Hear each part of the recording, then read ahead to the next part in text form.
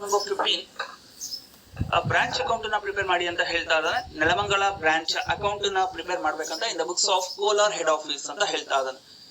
Then ಇಲ್ಲಿ ಕೊಟ್ಟಿರ್ತಕ್ಕಂಥ transactions ನ ನೋಡೋದಕ್ಕಿಂತ ಮುಂಚಿತವಾಗಿ ಫಸ್ಟ್ ನಾವು ಬ್ರಾಂಚ್ ಅಕೌಂಟ್ ನ ಏನ್ ಪ್ರಿಪೇರ್ ಮಾಡ್ಕೋಬೇಕು, ಒಂದು ಬ್ರಾಂಚ್ ಅಕೌಂಟ್ ಮಾಡಬೇಕಾಗಿದ್ರೆ ಅದಕ್ಕಿಂತ ಮುಂಚಿತವಾಗಿ ನಾವು ಟೋಟಲ್ ಡೆಟಾರ್ಸ್ ಅಕೌಂಟ್ ನ ಪ್ರೀವಿಯಸ್ ಪ್ರಾಬ್ಲಮ್ಸ್ ಅಲ್ಲಿ ಮಾಡ್ಕೊಂಡಿದ್ವಿ.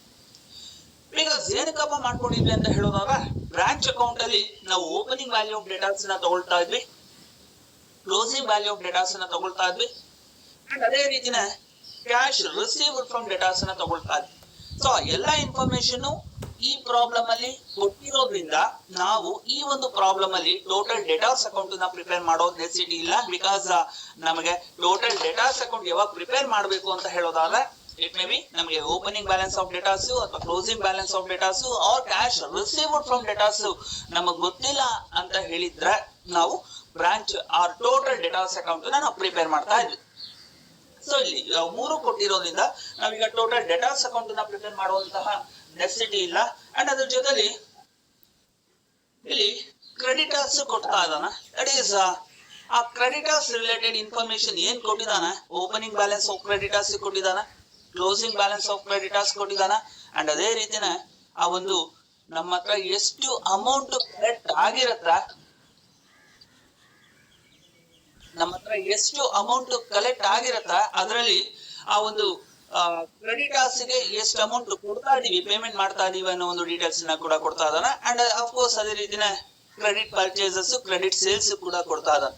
ಸೊ ಎಲ್ಲ ಡೀಟೇಲ್ಸ್ ನ ಬೇಸ್ ಆಗಿ ಇಟ್ಕೊಂಡು ನಾವೀಗ ಬ್ರಾಂಚ್ ಅಕೌಂಟ್ ನ ಪ್ರಿಪೇರ್ ಮಾಡ್ಬೇಕಾಗಿರತ್ತ. Then solution. So branch account ನ ಡೈರೆಕ್ಟ್ ಆಗಿ ನಾವು ಬ್ರಾಂಚ್ ಅಕೌಂಟ್ ನ ಮಾಡ್ತಾ ಇದೀವಿ. ಬಿಕಾಸ್ ಟೋಟಲ್ ಡೆಟಾರ್ಸ್ ಅಕೌಂಟ್ ಮತ್ತೆ ಟೋಟಲ್ ಕ್ರೆಡಿಟರ್ಸ್ ಅಕೌಂಟ್ ನ ಇಲ್ಲಿ ಪ್ರಿಪೇರ್ ಮಾಡುವಂತಹ ನೆಸೆಸಿಟಿ ಇಲ್ಲ. ಬಿಕಾಸ್ ಬ್ರಾಂಚ್ ಅಕೌಂಟ್ ಅಲ್ಲಿ ನಾವ್ ಏನೆಲ್ಲ ಇನ್ಫಾರ್ಮೇಶನ್ ತಗೊಳ್ಬೇಕು ಅದೆಲ್ಲವೂ ಕೂಡ ಕೊಟ್ಟಿದ್ದಾನೆ. ಸೊ ಹಾಗಾಗಿ ಡೈರೆಕ್ಟ್ ನಾವೇನ್ ಮಾಡ್ತಾ ಇದೀವಿ, ಈಗ ಬ್ರಾಂಚ್ ಅಕೌಂಟ್ ನ ಪ್ರಿಪೇರ್ ಮಾಡ್ತಾ ಇದೀವಿ.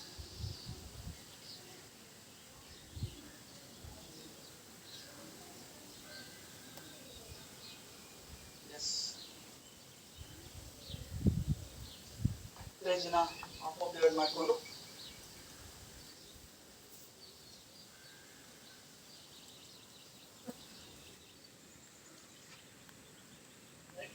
one particulars and two amount columns na ತಗೊಳ್ಳಿ. printed ಕೂಡ one particulars and two amount columns na ತಗೊಳ್ಳಿ.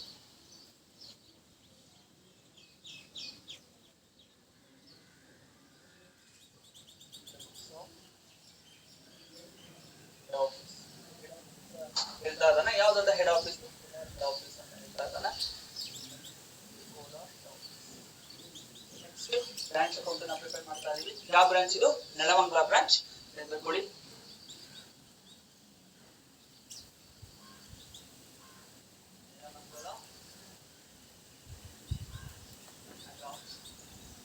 For the year ended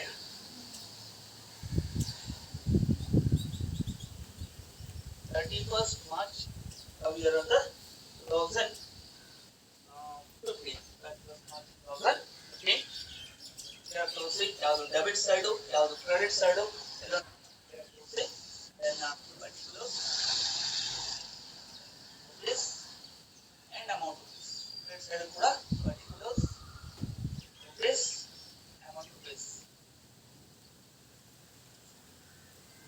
so ಈಗ ನಾವು ಬ್ರಾಂಚ್ ಅಕೌಂಟ್ ನ ಪ್ರಿಪೇರ್ ಮಾಡ್ತಾ ಇದೀವಿ. ಸೊ ಅದರ ಬ್ರಾಂಚ್ ಅಕೌಂಟ್ ನ ಪ್ರಿಪೇರ್ ಮಾಡಬೇಕಾಗಿದ್ರೆ ಸ್ವಲ್ಪ ಕ್ಯಾಮ್ರಾ ಹೈಡ್ ಮಾಡ್ತಾ ಇದ್ದೇನೆ.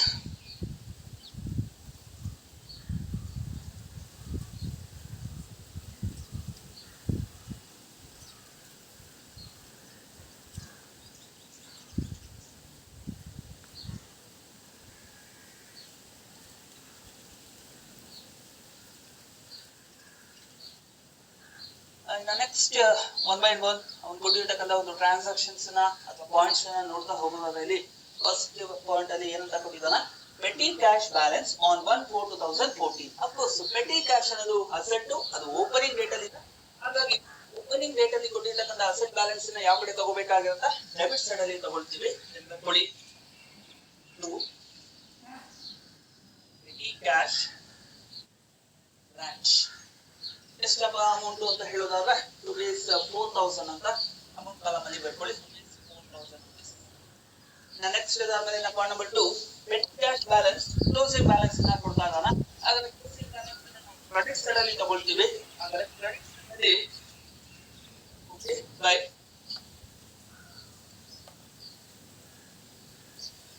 ಕ್ಯಾಶ್ ಅಟ್ ಬ್ರಾಂಚ್ ಇಸ್ ಎಷ್ಟಪ್ಪ ಅಂತ ಇದು ಕೂಡ 4000 ಅಂತ ಹೇಳಿದಾನ. 4000 rupees.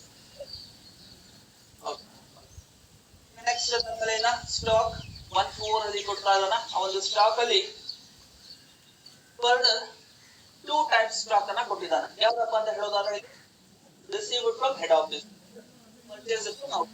ಇಲ್ಲಿ ಅವನೇನು ಅವನ ಹತ್ರ ಇರ್ತಕ್ಕಂಥ ಒಂದು ಸ್ಟಾಕ್ ಡೀಟೇಲ್ಸ್ ಅನ್ನ ಕೊಡ್ತಾ ಇದ್ದಾನ. ಹೆಡ್ ಆಫೀಸ್ ಇಂದ ಕೊಟ್ಟಿದ್ದಾನೆ. ಅದ್ರ ಜೊತೆಲಿ ಡೈರೆಕ್ಟ್ ಆಗಿ ಈ ಒಂದು ನೆಲಮಂಗಲ ಬ್ರಾಂಚ್ ಅನ್ನು ಮಾಡಿದ್ದಾನೆ ಅಂತ ಆ ಒಂದು ವ್ಯಾಲ್ಯೂ ಕೂಡ ಕೊಡ್ತಾ ಇದ್ದಾನ. ನೆನಪಿಟ್ಕೋಬೇಕಾಗಿರೋದು ಏನಪ್ಪಾ ಅಂತ ಹೇಳೋದಾದ್ರೆ ಹೆಡ್ ಆಫೀಸ್ ಇಂದ ಏನೇ ಒಂದು ಅದು ಅವನೇ ಹೇಳಿದಾನ. ಏನಾಗಿರುತ್ತೆ ಇನ್ವಾಯ್ಸ್ ಪ್ರೈಸ್ ಹೇಳಿದಾನೆ. ಅದು ಇನ್ವಾಯ್ಸ್ ಪ್ರೈಸ್ ಏನಿರುತ್ತೆ ಅದನ್ನೇ ನಾವು ಬೇಕಾಗಿರುತ್ತೆ. ಅದು ಓಪನಿಂಗ್ ಡೇಟ್ ಅಲ್ಲಿ ಇದೆ.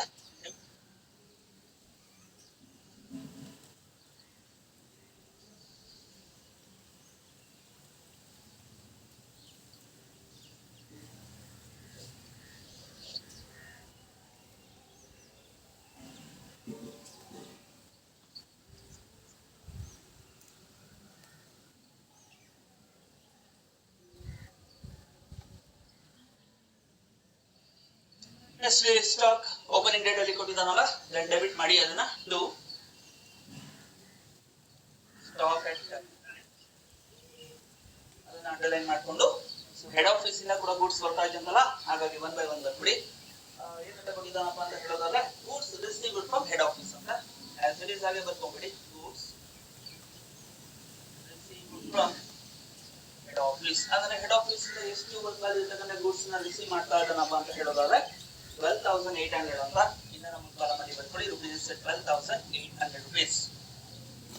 ಅವನೇ ಡೈರೆಕ್ಟ್ಲಿ ಪರ್ಚೇಸ್ ಮಾಡ್ತಾ ಇದ್ದೀನಿ ಅಂತ ಹೇಳ್ತಾ ಇದ್ದಾನ.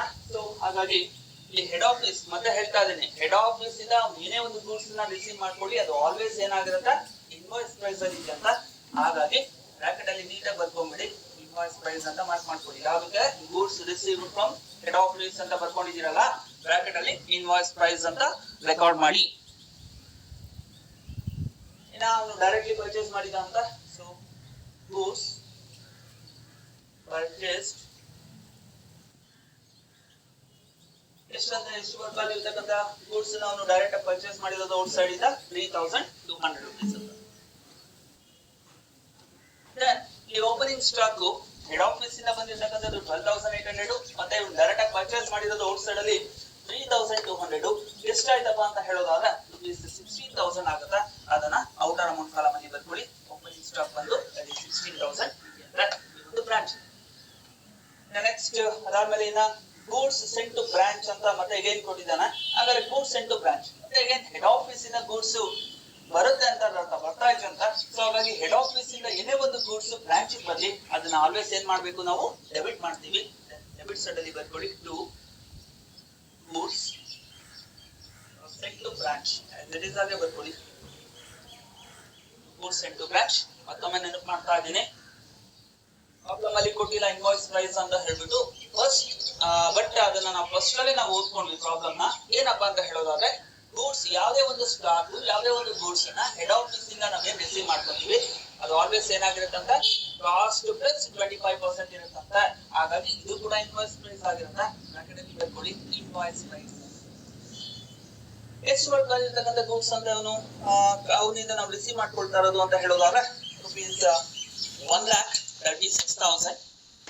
ಡೈರೆಕ್ಟ್ ಔಟರ್ ಅಮೌಂಟ್ ಕಾಲಮ್ ಅಲ್ಲಿ ಬರ್ಕೊಳ್ಳಿ rupees 1,36,000 rupees.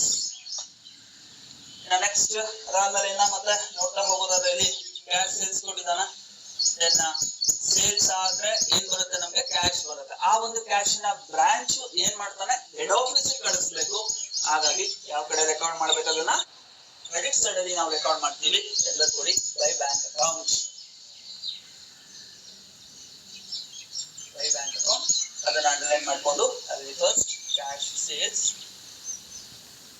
ಎಷ್ಟಪ್ಪ ಅಂತ ಹೇಳೋದಾದ್ರೆ ಕ್ಯಾಶ್ ಸೇಲ್ಸ್ ಬಂದು ರುಪೀಸ್ 26,000 ಅಂತ ಹೇಳ್ತಾ ಇದ್ದಾನ. ಇನ್ನರಲ್ಲಿ ಬರ್ಕೊಳ್ಳಿ ರುಪೀಸ್ 26,000 ರುಪೀಸ್. ಇದ್ರ ಜೊತೆಲಿ ನೆನಪಲ್ಲಿ ಇಟ್ಕೊಳ್ಳಿ, ಇದ್ರ ಜೊತೆಲಿ ಕ್ರೆಡಿಟ್ ಸೇಲ್ಸ್ ನಾವು ತಗೊಳ್ಳೋದಿಲ್ಲ, ಅದ್ರ ಬದಲಾಗಿ ಏನ್ ತಗೊಳ್ತೀವಿ, ಕ್ಯಾಶ್ ರಿಸೀವ್ ಫ್ರಮ್ ಡೆಟಾರ್ಸ್ ಏನಿರತ್ತ, ಕಲೆಕ್ಟ್ ಡೆಟಾರ್ಸ್ ಏನಿರತ್ತ ಅದನ್ನ ನಾವು ಇಲ್ಲಿ ತಗೊಳ್ಬೇಕಾಗಿರತ್ತ. ದೆನ್ ನೆಕ್ಸ್ಟ್ ನಲ್ಲಿ ಬರ್ಕೊಳ್ಳಿ, ಇಲ್ಲಿ ಕ್ಯಾಶ್ ರಿಸೀವ್ಡ್ ಫ್ರಮ್ ಯಾರಿಂದ, ಡೆಟಾರ್ಸ್ ಇಂದ. ಎಷ್ಟು ವರ್ಕಲ್ಲಿ ಇರ್ತಕ್ಕಂತ ಅಮೌಂಟ್ ನ ಐ ಮೀನ್ ಎಷ್ಟು ಕ್ರೆಡಿಟ್ ಸೇಲ್ಸ್ ಮಾಡಿದೀವಿ ಅದನ್ನ ನಾವು ತಗೊಳ್ಳೋದಿಲ್ಲ, ಅದ್ರ ಬದಲಾಗಿ ಕ್ಯಾಶ್ ಎಷ್ಟು ನಾವು ರಿಸೀವ್ ಮಾಡ್ಕೊಂಡಿರ್ತೀವಿ ಡೆಟಾರ್ಸ್ ಇಂದ ಆ ಒಂದು ಅಮೌಂಟ್ ನಾವು ತಗೋಬೇಕಾಗಿರತ್ತ. ರುಪೀಸ್ 2,24,400 ಅಂತ ಹೇಳಿದಾನ. ದೆನ್ ಇನ್ನರಲ್ಲೇ ಬರ್ಕೊಳ್ಳಿದ್ನ 2,24,400 ರುಪೀಸ್ ರಿಸೀವ್ ಮಾಡ್ಕೊಂತಾ ಇದೀವಪ್ಪ. ದೆನ್ ಇವೆರಡು ಟೋಟಲ್ ಮಾಡಿ ಆ ಬ್ಯಾಲೆನ್ಸ್ ನ ಔಟರ್ ಅಮೌಂಟ್ ಕಾಲಮ್ ಅಲ್ಲಿ ಬರಿಬೇಡಿ, ಅಲ್ಲೇ ಬರೀರಿ, ಇನ್ನರ್ ಅಮೌಂಟ್ ಕಾಲಮ್ ಅಲ್ಲೇ ಬರೀರಿ. ಏಕೆ ಅನ್ನೋದನ್ನ ನಾನೀಗ ಎಕ್ಸ್ಪ್ಲೈನ್ ಮಾಡ್ತೇನೆ. ಎಷ್ಟು ಬಂತು ಅಂತ ಹೇಳೋದಾದ್ರೆ ರುಪೀಸ್ 2,50,400 ಬರುತ್ತಾ, 2,400 ರುಪೀಸ್ ಬಂತು. ಆ ಒಂದು ಅಮೌಂಟ್ ನ ಎಲ್ಲಿ ಬರೀತೀರಿ, ಇನ್ನರಲ್ಲೇ ಬರ್ಕೊಳ್ಳಿ. ಏಕೆ ಅನ್ನೋದನ್ನ ನಾನೀಗ ಎಕ್ಸ್ಪ್ಲೈನ್ ಮಾಡ್ತೇನೆ. ಕಡೆಯಲ್ಲಿ ಡೆಟಾರ್ಸ್ ಮಾತ್ರ ಇಲ್ಲ, ಕ್ರೆಡಿಟಾರ್ಸ್ ಕೂಡ ಇದಾರಂತ ಈ ಒಂದು ಪ್ರಾಬ್ಲಮ್ ಅಲ್ಲಿ ನಾವು ಅರ್ಥ ಮಾಡ್ಕೋಬೇಕಾಗಿರುತ್ತೆ. ಹಾಗಾದ್ರೆ ಕ್ರೆಡಿಟಾರ್ಸ್ ಅಂದ್ರೆ ಯಾರು, ನಾವು ಯಾರಿಂದ ಪರ್ಚೇಸ್ ಮಾಡಿರ್ತೀವಿ, ಕ್ರೆಡಿಟ್ ಪರ್ಚೇಸ್ ನ ಮಾಡಿರ್ತೀವಿ, ಅವನ್ನ ನಾವೇನಂತ ಹೇಳ್ತೀವಿ, ಕ್ರೆಡಿಟಾರ್ಸ್ ಅಂತ ಹೇಳ್ತೀವಿ. ಡೆಟಾರ್ಸ್ ಅಂದ್ರೆ ಯಾರು, ನಾವು ಯಾರಿಗೆ ಕ್ರೆಡಿಟ್ ಸೇಲ್ಸ್ ಮಾಡಿರ್ತೀವಿ, ಅಂದ್ರೆ ನಾವು ಫಾರ್ ಎಕ್ಸಾಂಪಲ್ ನೀವು ಯಾರೋ ಬಂದ್ರಿ, ನೀವು ನನಗೆ ಗೊತ್ತಿರೋರು, ಅಮೌಂಟ್ ಇರೋದಿಲ್ಲ, ನಾನೇನ್ ಮಾಡ್ದೆ, ಪರವಾಗಿಲ್ಲ ತಗೊಂಡೋಗಪ್ಪ, ಆ ಗೂಡ್ಸ್ ಆ ಒಂದು ನಿಮ್ಗೆ ಏನ್ ಬೇಕಾಗಿದೆ ಆ ಒಂದು ಪ್ರಾಡಕ್ಟ್ ನ ಅಥವಾ ಗೂಡ್ಸ್ ನಾನು ನಿಮ್ಗೆ ಸೇಲ್ ಮಾಡ್ತೀನಿ, ಬಟ್ ಕ್ಯಾಶ್ ಇಸ್ಕೊಳ್ದಿರನೆ ಸೇಲ್ ಮಾಡ್ತೀನಿ. ಇನ್ನ ನಾಳೆನೋ ನಾಳಿದ್ದು ಕೊಡಿ ಮಿಂದು ಹೋಗು ಅಂತ ಹೇಳ್ತೀನಿ. ಅದನ್ನ ನಾನು ಏನಂತ ಹೇಳ್ತೀನಿ, ಕ್ರೆಡಿಟ್ ಸೇಲ್ಸ್ ಅಂತ ಹೇಳ್ತೀವಿ. ಆಗ ಆ ಕ್ರೆಡಿಟ್ ಸೇಲ್ ನಾನು ನಿಮಗ್ ಮಾಡಿದೀನಲ್ಲ, ನೀವೇನಾಗ್ತೀರಾ, ನನಗೆ ಡೆಟಾರ್ಸ್ ಆಗ್ತೀರಾ. ಅದೇ ರೀತಿನ ನಾನೇನ್ ಮಾಡ್ತೀನಿ, ನಾನು ಆ ಒಂದು ಗೂಡ್ಸ್ ನ ನಿಮ್ಗೆ ನಾನು ಪರ್ಚೇಸ್ ಮಾಡ್ಬೇಕಾಗಿದ್ರೆ ಆ ಒಂದು ಪ್ರಾಡಕ್ಟ್ ನ ಅಥವಾ ಗೂಡ್ಸ್ ನ ನಾನು ಮ್ಯಾನುಫ್ಯಾಕ್ಚರ್ ಮಾಡ್ಬೇಕಾಗಿರತ್ತ. ಮ್ಯಾನುಫ್ಯಾಕ್ಚರ್ ಮಾಡ್ಬೇಕು ಅಂದ್ರೆ ಏನ್ ಬೇಕು, ನನಗೆ ರಾ ಮೆಟೀರಿಯಲ್ಸ್ ಬೇಕು. ಹಾಗಾದ್ರೆ ನಾನ್ ರಾ ಮೆಟೀರಿಯಲ್ಸ್ ನ ಯಾರೋ ಬೇರೆ ಒಬ್ಬ ಸಪ್ಲೈಯರ್ ಇಂದ ನಾನು ಪರ್ಚೇಸ್ ಮಾಡ್ತೀನಿ. ಪರ್ಚೇಸ್ ಮಾಡ್ಬೇಕಾಗಿದ್ರ ಕ್ಯಾಶ್ ನ ಕೊಡ್ದಿರನೆ ನಾನು ಪರ್ಚೇಸ್ ಮಾಡ್ತೀನಿ, ಕ್ರೆಡಿಟ್ ಪರ್ಚೇಸಸ್ ನ. ಆ ಒಂದು ಕ್ರೆಡಿಟ್ ಪರ್ಚೇಸ್ ನ ನಾನು ಯಾರಿಂದ ಮಾಡಿರ್ತೀನೋ ಅವನ್ನ ನಾವು ಕ್ರೆಡಿಟಾರ್ಸ್ ಅಂತ ಹೇಳ್ಬಿಟ್ಟು ನಾವು ಕರಿಬೇಕಾಗಿರುತ್ತೆ. ಸೊ ಅದರಲ್ಲಿ ನಾವು ಡೆಟಾರ್ಸ್ ಇಂದ ಏನ್ ಅಮೌಂಟ್ ನ ಕಲೆಕ್ಟ್ ಮಾಡ್ಕೊಂಡಿದೀವೋ, ಡೆಟಾರ್ಸ್ ಇಂದ ಏನ್ ಅಮೌಂಟ್ ಈಗ ನಮ್ಗೆ ಟೋಟಲ್ ಸೇಲ್ಸ್ ಬಂದಿದೆಯೋ ಅದರಲ್ಲಿ ನಾನು ಕ್ರೆಡಿಟಾರ್ಸ್ ಗೆ ಪೇಮೆಂಟ್ ಮಾಡ್ಲೇಬೇಕಾಗಿರತ್ತ. ಅಫ್ಕೋರ್ಸ್ ಈ ಪ್ರಾಬ್ಲಮ್ ಅಲ್ಲಿ ಕೊಟ್ಟಿದ್ದಾನ, ಇದು ಹೊಸ ಅಡ್ಜಸ್ಟ್ಮೆಂಟ್ ಅಂತ ಹೇಳ್ಬೇಕಾಗಿರುತ್ತೆ ಈ ಒಂದು ಬ್ರಾಂಚ್ ಅಕೌಂಟ್ಸ್ ಅಲ್ಲಿ. ಸೊ ಏನಪ್ಪಾ ಅಂತ ಹೇಳೋದಾದ್ರೆ ನಮಗೆ ಡೆಟಾರ್ಸ್ ಮತ್ತೆ ಏನ್ ಸೇಲ್ ಆಗಿರುತ್ತೆ, ಕ್ಯಾಶ್ ಸೇಲ್ಸ್ ಮತ್ತೆ ಕ್ಯಾಶ್ ರಿಸೀವ್ ಫ್ರಮ್ ಡೆಟಾರ್ಸ್ ಇಂದ ನಮ್ಗೆ ಏನ್ ಅಮೌಂಟ್ ಕಲೆಕ್ಟ್ ಆಗಿರುತ್ತೆ, ನಾವು ಕ್ರೆಡಿಟಾರ್ಸ್ ಗೆ ಪೇಮೆಂಟ್ ಮಾಡ್ಬೇಕಾಗಿದ್ರೆ ಈ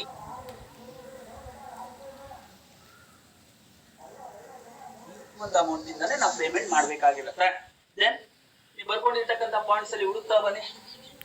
ಪೇಮೆಂಟ್ ಟು ಕ್ರೆಡಿಟಾರ್ಸ್ ಅಂತ ಎಲ್ಲೋ ಕೊಟ್ಟಿರ್ಬೇಕು ನೋಡಿ ಇಲ್ಲಿ. ಎಸ್, ಲಾಸ್ಟ್ ಇಂದ ಮೂರನೇ ಪಾಯಿಂಟ್ ನೋಡಿ, ಅಮೌಂಟ್ ಪೇಡ್ ಟು ಕ್ರೆಡಿಟಾರ್ಸ್. ಈ ಬ್ರಾಕೆಟ್ ಅಲ್ಲಿ ಕ್ಲಿಯರ್ ಆಗಿ ಹೇಳಿದಾನೆ. ಏನಪ್ಪಾ ಅಂತ ಹೇಳೋದಾದ್ರೆ ಔಟ್ ಆಫ್ ಕಲೆಕ್ಷನ್ ಮೇಡ್ ಅಂತ. ಅಂದ್ರೆ ನಾವು ಪೇಮೆಂಟ್ ಮಾಡ್ಬೇಕಂತ ಕ್ರೆಡಿಟಾರ್ಸ್ ಗೆ ಎಷ್ಟು ಅಮೌಂಟ್, 29,600 ಅಮೌಂಟ್. ಆ ಒಂದು ಅಮೌಂಟ್ ಯಾವ್ದ್ರಿಂದ ಪೇಮೆಂಟ್ ಮಾಡಿ ಅಂತ ಹೇಳ್ತಾ ಇದ್ದಾನೆ, ನಮಗೇನು ಕಲೆಕ್ಷನ್ ಆಗಿರತ್ತ, collection is nothing but sale ಮಾಡಿರ್ತೀವಲ್ಲ, ಸೇಲ್ ಆದಾಗ ನಮ್ಗೆ ಏನ್ ಅಮೌಂಟ್ ಬಂದಿರತ್ತ, ಸೊ ಅದ್ರ ಜೊತೆಲಿ ಏನ್ ಕ್ಯಾಶ್ ನ ರಿಸೀವ್ ಮಾಡ್ಕೊಂಡಿರ್ತೀವಿ ಡೆಟಾರ್ಸ್ ಇಂದ, ಆ ಒಂದು ಟೋಟಲ್ ಅಮೌಂಟ್ ಇಂದ ಈ ಒಂದು ಅಮೌಂಟ್ ನ ಕ್ರೆಡಿಟಾರ್ಸ್ ಗೆ ಕೊಡ್ಬೇಕಾಗಿರೋ ಅಮೌಂಟ್ ನ ಪೇ ಮಾಡಿ ಅಂತ ಹೇಳ್ತಾ ಇದ್ದಾನ.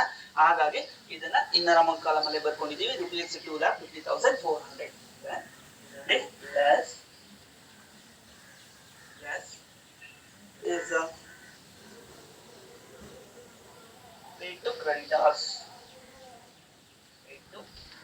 ಕ್ರೆಡಿಟಾರ್ಸ್ ಅಂದ್ರೆ ಕ್ರೆಡಿಟಾರ್ಸ್ ಗೆ ನಾವು ಎಷ್ಟು ಅಮೌಂಟ್ ನ ಪೇ ಮಾಡ್ಬೇಕಂತ ಕ್ಲಿಯರ್ ಆಗಿ ಹೇಳಿದಾನೆ, 29,600 ಅಂತ. ಇನ್ನರಲ್ಲೇ ಬರ್ಕೊಳ್ಳಿ 29,600. ಬ್ಯಾಲೆನ್ಸ್ ಮಾಡಿ ಬಂದಿರ್ತಕ್ಕಂಥ ಅಮೌಂಟ್ ನ ಔಟರ್ ಅಮೌಂಟ್ ಕಾಲಮ್ ಅಲ್ಲಿ ಬರ್ಕೊಳ್ಳಿ. ಎಷ್ಟು ಬಂದಪ್ಪ ಅಂತ ಹೇಳೋದಾದ್ರೆ 2,20,800 ಬರುತ್ತಾ.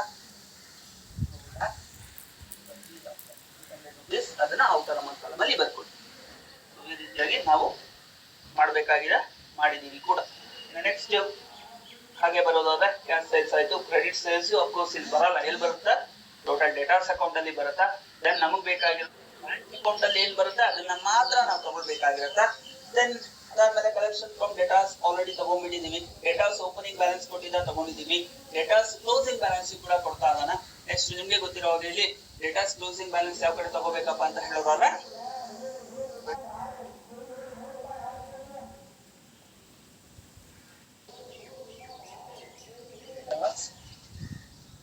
ಬ್ರಾಂಚ್ ಅಂತ ಬಂದ್ಕೊಂಡು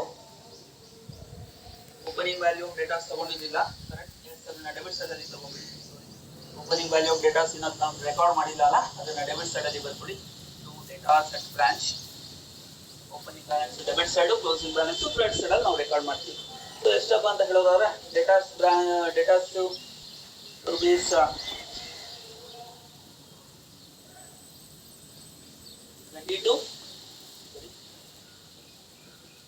16,400 ಅಂತ ಹೇಳಿದಾನ. ಅವನು 16,400 ಓಪನಿಂಗ್ ವ್ಯಾಲ್ಯೂ ಆಫ್ ಡೇಟಾಸ್ ಅಂತ ಬರ್ಕೊಳ್ಳಿ. ಡೈರೆಕ್ಟ್ ಔಟರ್ ಅಮೌಂಟ್ ಕಾಲಮ್ ಅಲ್ಲಿ ಬರ್ಕೊಳ್ಳಿ. 16,400. ನೆಕ್ಸ್ಟ್ ಕ್ಲೋಸಿಂಗ್ ಬ್ಯಾಲೆನ್ಸ್ ಏನ್ ಕೊಟ್ಟಿದ್ದಾನ ಅದನ್ನ ನಿಮ್ಗೆ ಗೊತ್ತಿರೋ ಹಾಗೆ ನಾವು ಕ್ರೆಡಿಟ್ ಸೈಡ್ ಅಲ್ಲಿ ರೆಕಾರ್ಡ್ ಮಾಡ್ತೀವಿ. ಹಾಗಾದ್ರೆ ಬೈ ಡೇಟಾಸ್ ಅಟ್ ಬ್ರಾಂಚ್ ಎಷ್ಟು ಅಂತ ಹೇಳೋದಾದ್ರೆ ಅಮೌಂಟ್ 22,400 ಅಂತ. 22,400 ಡೈರೆಕ್ಟ್ ಔಟರ್ ಅಮೌಂಟ್ ಕಾಲಮ್ ಅಲ್ಲಿ ಬರ್ಕೊಳ್ಳಿ. 22,400.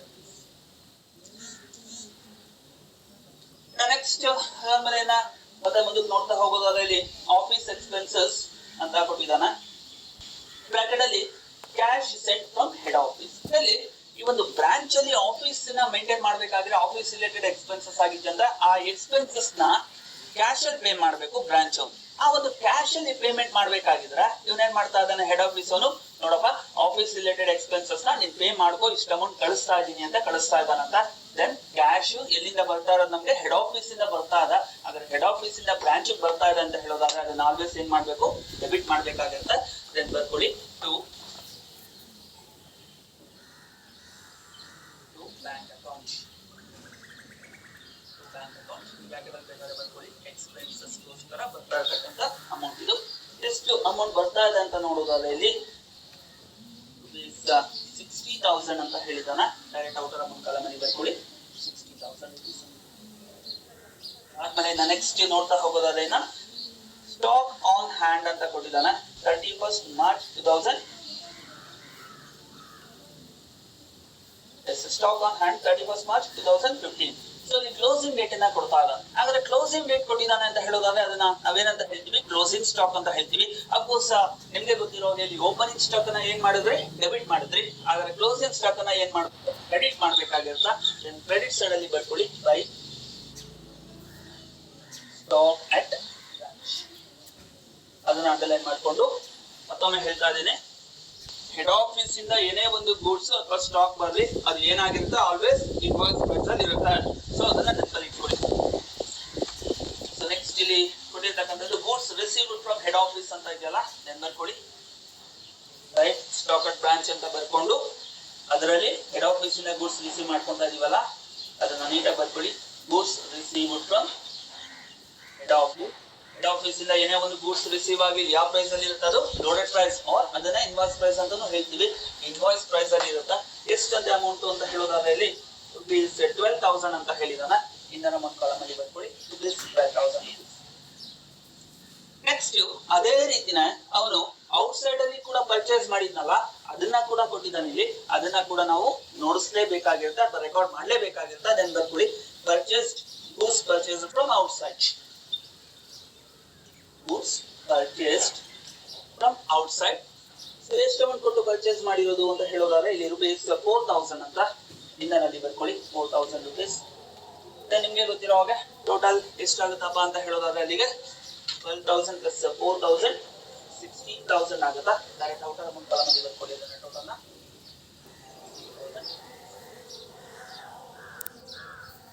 ನೆಕ್ಸ್ಟ್ ಅದಾದ್ಮೇಲೆ ಏನ್ ಕೊಟ್ಟಿದ್ದಾನಪ್ಪ ಅಂತ ಹೇಳೋದಾದ್ರೆ amount pay to creditors. Already ನಾವು ಅದನ್ನ ಇಲ್ಲಿ ಲೆಸ್ ಮಾಡಿದ್ವಿ. ಯಾವ್ದಿಂದ ಲೆಸ್ ಮಾಡಿದ್ವಪ್ಪ ಅಂತ ಹೇಳೋದಾದ್ರೆ ನಾವು ಡೆಟಾರ್ಸ್ ಇಂದ ಏನ್ ಅಮೌಂಟ್ ಕಲೆಕ್ಟ್ ಮಾಡಿರ್ತೀವಿ ಅಥವಾ ನಮಗೆ ಕ್ಯಾಶ್ ಸೇಲ್ಸ್ ಮತ್ತೆ ಕ್ರೆಡಿಟ್ ಸೇಲ್ಸ್ ಇಂದ ನಮ್ಗೆ ಡೆಟಾರ್ಸ್ ಇಂದ ಎಷ್ಟು ಅಮೌಂಟ್ ಬಂದಿರುತ್ತೆ ಅದ್ರ ಆ ಒಂದು ಅಮೌಂಟ್ ಅಲ್ಲಿ ನಾವು ಪೇಮೆಂಟ್ ಅನ್ನ ಮಾಡ್ತಾ ಇದೀವಿ ಕ್ರೆಡಿಟರ್ಸ್ ಗೆ. ಅದನ್ನ ಆಲ್ರೆಡಿ ಇಲ್ಲಿ ಲೆಸ್ ಮಾಡಿದೀವಿ 29,600.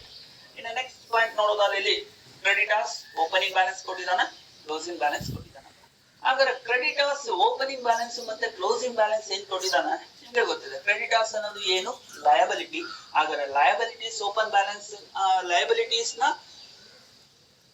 ಓಪನ್ ಬ್ಯಾಲೆನ್ಸ್ ನ ನಾವ್ ಯಾವ ಕಡೆ ರೆಕಾರ್ಡ್ ಮಾಡ್ತೀವಿ, ಕ್ರೆಡಿಟ್ ಸೈಡ್. ಅದೇ ರೀತಿನೇ ಲಯಬಿಲಿಟೀಸ್ ಏನಾದ್ರು ಕೊಟ್ಟಾಗ, ಕ್ಲೋಸಿಂಗ್ ಬ್ಯಾಲೆನ್ಸ್ ಕೊಟ್ಟಾಗ ಅದನ್ನ ನಾವು ಡೆಬಿಟ್ ಸೈಡ್ ಅಲ್ಲಿ ರೆಕಾರ್ಡ್ ಮಾಡ್ಬೇಕಾಗಿರುತ್ತ.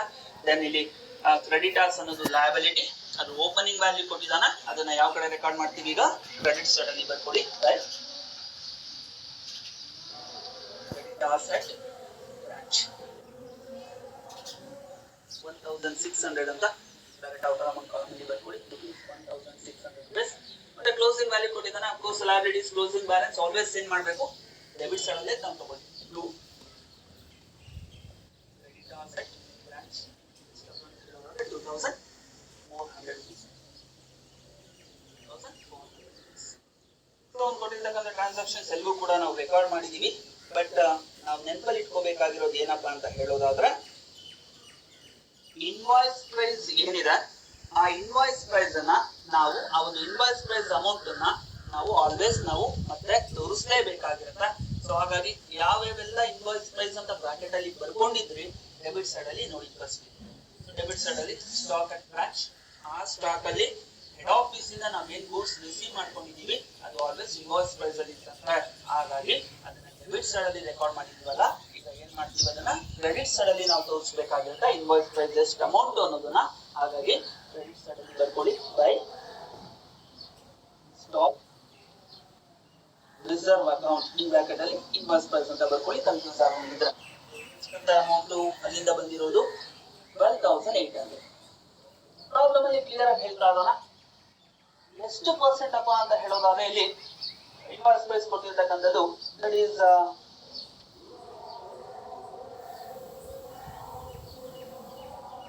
ಎಷ್ಟಪ್ಪ ಅಂತ ಹೇಳೋದಾದ್ರೆ 25%. Cost price plus 25%. ಅಂದ್ರೆ ಆಕ್ಚುಯಲ್ ಕಾಸ್ಟ್ ಏನಿರುತ್ತೆ ಅದಕ್ಕಿಂತ 25% ಅಷ್ಟು ಜಾಸ್ತಿ ಇದೆ ಅಂತ ಪ್ರೈಸ್. ಹಾಗಾಗಿ ನಾವೇನ್ ಮಾಡ್ತೀವಿ, ಈಗ 25 ಡಿವೈಡೆಡ್ ಬೈ 125 ಮಾಡ್ಬೇಕಾಗಿರುತ್ತೆ. ಕಾಸ್ಟ್ ಮೇಲೆ ಕೊಟ್ಟಾಗ 25 ಡಿವೈಡೆಡ್ ಬೈ 125 ಮಾಡ್ತೀವಿ. ಸೇಲ್ಸ್ ಮೇಲೆ ಕೊಟ್ಟಾಗ 25 ಡಿವೈಡೆಡ್ ಬೈ 100 ಅಲ್ಲಿ 25 ಲೆಸ್ ಮಾಡ್ಕೊಂಡ್ರೆ ಬರುವಂತ ಬ್ಯಾಲೆನ್ಸ್ ನ ಮಾತ್ರ ತಗೊಳ್ತೀವಿ. ಅದನ್ನ ನೆನಪಲ್ಲಿ ಇಟ್ಕೊಳ್ಳಿ. ಇಲ್ಲಿ ಕಾಸ್ಟ್ ಮೇಲೆ ಕೊಟ್ಟಿರೋದ್ರಿಂದ 12,800 into 25 divided by 125 ಮಾಡ್ತೀವಿ. ಎಷ್ಟು ಬಂದಪ್ಪ ಅಂತ ಹೇಳೋದಾದ್ರೆ ಅಮೌಂಟ್ ಆಗ rupees 2,560 ಬರುತ್ತಾ. 2,560 rupees direct out amount column ಅಲ್ಲಿ ಬರ್ಕೊಳ್ಳಿ. 2,560 rupees. ಅದಾದ್ಮೇಲೆ ಮತ್ತೆ ಏನಾದ್ರು ಇನ್ವಾಯ್ಸ್ ಪ್ರೈಸ್ ಏನಾದ್ರು ರೆಕಾರ್ಡ್ ಮಾಡಿದ್ರೆ ಡೆಬಿಟ್ ಸೈಡ್ ಅಲ್ಲಿ ಒಂದ್ಸಲ ಕನ್ಫರ್ಮ್ ಮಾಡ್ಕೊಳ್ಳಿ. ಎಸ್, ಇನ್ನೂ ಒಂದಿದೆ ನೋಡಿ, ಇಲ್ಲಿ ಗೂಡ್ಸ್ ಸೆಂಟ್ ಟು ಬ್ರಾಂಚ್ ಅಂತ ಇದೆ, ಅದು ಕೂಡ ಇನ್ವಾಯ್ಸ್ ಪ್ರೈಸ್ ಅಲ್ವಾ. ಹಾಗಾಗಿ ಅದನ್ನ ಕೂಡ ನಾವು ರೆಕಾರ್ಡ್ ಮಾಡಿ ತೋರಿಸಲೇಬೇಕಾಗುತ್ತೆ. ಮತ್ತೆ ಕ್ರೆಡಿಟ್ ಸೈಡ್ ಅಲ್ಲಿ ಬರ್ಕೊಳ್ಳಿ. By goods sent to branch in bracket ಅಲ್ಲಿ ಇನ್ವಾಯ್ಸ್ ಪ್ರೈಸ್ ಬ್ರಾಕೆಟ್ ಅಲ್ಲಿ ಬರ್ಕೊಳ್ಳಿ. Invoice price. ಸೊ ಎಷ್ಟಪ್ಪ ಗೂಡ್ಸ್ ಅಲ್ಲಿಂದ ನಾವು ರಿಸೀವ್ ಮಾಡ್ಕೊಂಡಿರೋದು ಹೆಡ್ ಆಫೀಸ್ ಇಂದ ಬ್ರಾಕೆಟ್ ಅಲ್ಲಿ 1,36,000 rupees ಇಂಟು ಎಷ್ಟು ಇನ್ವಾಯ್ಸ್ ಪ್ರೈಸ್ ಕೊಟ್ಟಿರೋದು, ಪರ್ಸೆಂಟೇಜ್ ಎಷ್ಟು ಕೊಟ್ಟಿರೋದು 25 ಡಿವೈಡೆಡ್ ಬೈ 125 ಎಷ್ಟು ಬರುತ್ತೆ ನೋಡಿ. 1,36,000 ಇಂಟು 25 ಡಿವೈಡೆಡ್ ಬೈ 125 ಮಾಡಿದಾಗ 27,200 ಬರುತ್ತಾ. ಅದನ್ನ ಡೈರೆಕ್ಟ್ ಔಟ್ ಅಮೌಂಟ್ ಕಾಲಮ್ ಅಲ್ಲಿ ಬರ್ಕೊಳ್ಳಿ. 27,200 rupees. ಮತ್ತೆ ಏನಾದ್ರು ಇನ್ವಾಯ್ಸ್ ಪ್ರೈಸ್ ಅಂತ ರೆಕಾರ್ಡ್ ಮಾಡಿದೀರಾ, ಯಾವುದು ಕೂಡ ಇಲ್ಲ ಡೆಬಿಟ್ ಸೈಡ್ ಅಲ್ಲಿ. ಕ್ರೆಡಿಟ್ ಸೈಡ್ ಅಲ್ಲಿ ಒಂದ್ ಅಬ್ಸರ್ವ್ ಮಾಡಿ, ಇನ್ವಾಯ್ಸ್ ಪ್ರೈಸ್ ಅಂತ ರೆಕಾರ್ಡ್ ಮಾಡಿರೋದು ಯಾವ್ದಾದ್ರು ಇದೆಯಾ. ಎಸ್, ಇದೆ ನೋಡಿ. ಕ್ಲೋಸಿಂಗ್ ಸ್ಟಾಕ್ ಇದೆ ನೋಡಿ. ಬೈ ಸ್ಟಾಕ್ ಅಟ್ ಬ್ರಾಂಚ್, ಅದರಲ್ಲಿ goods received from head office invoice price ಇದೆ. ಹಾಗಾಗಿ ಅದನ್ನ ಯಾವ ಕಡೆ ರೆಕಾರ್ಡ್ ಮಾಡ್ತೀರಾ, ಅದು opposite side. Opposite side means debit side ಅಲ್ಲಿ ತೋರಿಸಿ. To stock reserve account in bracket invoice price. ಎಷ್ಟದು 12,000 ಕೊಟ್ಟಿದ್ದಾನೆ. 12,000 ಇಂಟು 25 ಡಿವೈಡೆಡ್ ಬೈ 125 ಎಷ್ಟು ಬಂತು ನೋಡಿ. ಅದು 2,400 ಬರುತ್ತಾ. 2,400 ಬರುತ್ತಾ. ಅದನ್ನ ಔಟರ್ ಅಮೌಂಟ್ ಕಾಲಮಲ್ಲಿ ರೆಕಾರ್ಡ್ ಮಾಡಿ. ಮತ್ತೆ ಏನಾದ್ರು ಇನ್ವಾಯ್ಸ್ ಪ್ರೈಸ್ ಅಂತ ಎಲ್ಲರೂ ಬರ್ಕೊಂಡಿದ್ರ, ಏನು ಕೂಡ ಇಲ್ಲ. ದೆನ್ ಬ್ಯಾಲೆನ್ಸ್ ಮಾಡೋದಕ್ಕಿಂತ ಮುಂಚಿತವಾಗಿ ಒಂದು ಅಬ್ಸರ್ವ್ ಮಾಡಿ, opening value of assets record ಮಾಡಿದಾಗ must and should closing value of assets ಕೂಡ ನಾವು ರೆಕಾರ್ಡ್ ಮಾಡಲೇಬೇಕಾಗಿರುತ್ತೆ ಬ್ರಾಂಚ್ ಅಕೌಂಟ್ ಅನ್ನ ಪ್ರಿಪೇರ್ ಮಾಡುವಾಗ. ಸೊ ಒಂದ್ಸಲ ನೋಡಿ, ಪೆಟಿ ಕ್ಯಾಶ್ ಓಪನಿಂಗ್ ಬ್ಯಾಲೆನ್ಸ್ ಇದೆ, ಕ್ಲೋಸಿಂಗ್ ಬ್ಯಾಲೆನ್ಸ್ ಆಯ್ತು, ಸ್ಟಾಕ್ ಓಪನಿಂಗ್ ಇದೆ, ಕ್ಲೋಸಿಂಗ್ ಬ್ಯಾಲೆನ್ಸ್ ರೆಕಾರ್ಡ್ ಮಾಡಿದೀವಿ. ಸೊ ಇಲ್ಲಿ ಡೇಟಾಸ್ ಓಪನಿಂಗ್ ಬ್ಯಾಲೆನ್ಸ್ ಇದೆ, ಕ್ಲೋಸಿಂಗ್ ಬ್ಯಾಲೆನ್ಸ್ ಇದೆ. ಅದೇ ರೀತಿನ ಕ್ರೆಡಿಟರ್ಸ್ ಓಪನಿಂಗ್ ಮತ್ತೆ ಕ್ಲೋಸಿಂಗ್ ಬ್ಯಾಲೆನ್ಸ್ ಕೂಡ ರೆಕಾರ್ಡ್ ಮಾಡಿದ್ವಿ. ಎರಡು ಕಡೆ ನಾವು ಬ್ಯಾಲೆನ್ಸ್ ಮಾಡ್ಕೋಬೇಕಾಗಿರುತ್ತೆ. ಈಗ ಎರಡು ಕಡೆ ಬ್ಯಾಲೆನ್ಸ್ ಮಾಡಿ ಯಾವ ಕಡೆ ಜಾಸ್ತಿ ಬರುತ್ತೆ ನೋಡಿ. ಈಗ credit side credit side total 2,94,560 ಬರ್ತಾ ಇದೆ. ದೆನ್ ಡೆಬಿಟ್ ಸೈಡ್ಗೆ ಕಂಪೇರ್ ಮಾಡಿಕೊಂಡ್ರೆ ಕ್ರೆಡಿಟ್ ಸೈಡ್ ಟೋಟಲೇ ಜಾಸ್ತಿ ಬರ್ತಾ ಇದೆ. ಸೊ ಹಾಗಾಗಿ ಡೆಬಿಟ್ ಬ್ಯಾಲೆನ್ಸು ಕೂಡ ನಮಗೆ 2,94,560 ರುಪೀಸೇ ಬರಬೇಕು ಅಂದರೆ ಇನ್ನು ಎಷ್ಟು ಅಮೌಂಟ್ ಶಾರ್ಟೇಜ್ ಇದೆ ನೋಡಿ. 57,360 ರುಪೀಸ್ ಬ್ಯಾಲೆನ್ಸ್ ಬಂತು ಡೆಬಿಟ್ ಬ್ಯಾಲೆನ್ಸಲ್ಲಿ. ಅದನ್ನು ಅಮೌಂಟ್ ಕಾಲಮಲ್ಲಿ ಬರ್ಕೊಂಡ್ವಿ 57,360. ಸೊ ಅದನ್ನು ಏನಂತ ಹೇಳ್ತೀವಿ, ಡೆಬಿಟ್ ಬ್ಯಾಲೆನ್ಸ್ ಬಂದಿರೋದ್ರಿಂದ ಅದನ್ನು ಪ್ರಾಫಿಟ್ ಅಂತ ಹೇಳ್ತೀವಿ. ಸೊ ಎಲ್ಲಿ ಟ್ರಾನ್ಸ್ಫರ್ ಮಾಡಬೇಕು ಅದನ್ನು? To general profit and loss account in bracket profit again in bracket balance in figure.